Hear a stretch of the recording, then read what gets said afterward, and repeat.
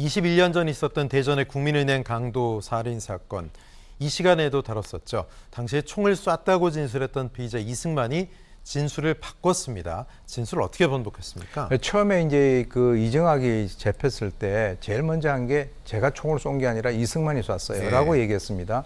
근데 나중에 이승만이 처음에 이제 다시 근거가 됐을 때 또 부인을 했는데 나중에는 이제 본인이 쐈다라고 얘기를 하고 총기를 어떤 식으로 자기가 뭐 잘게 뭐 부셔서 없앴다 이렇게까지 얘기를 했는데 이번에 이제 그 첫 재판이 다음 달로 연기가 된 이유가 이 피의자, 즉 자기가 그 총을 쐈다라고 진술을 했던 이승만이 돌연 일부 혐의를 부인했습니다. 즉 자기가 총을 안 쐈다라고 얘기한 거죠. 그래서 이제 그 이 두 사람을 같이 그 변호를 하는 이 공동 변호인이 있는데 피고인 이승만이 총을 쏜 사실에 대해서 혐의를 부인을 함으로써 지금 이제 이 두 사람의 피고인 간에 있어서 이익이 상충이 되지 않습니까? 그렇죠.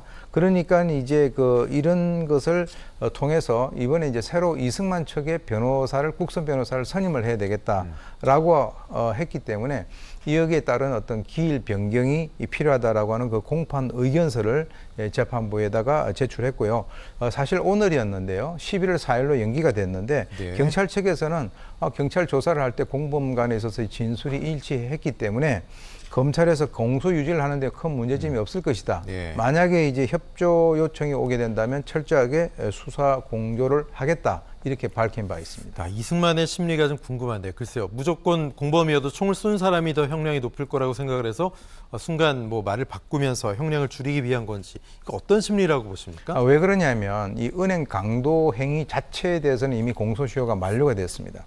그러나 이제 여기에서 그 과정상 사람을 총으로 쏴서 살해를 했기 때문에 이 살인죄에 대한 공소시효가 없기 때문에 이 사건이 이제 크게 불거진 건데요.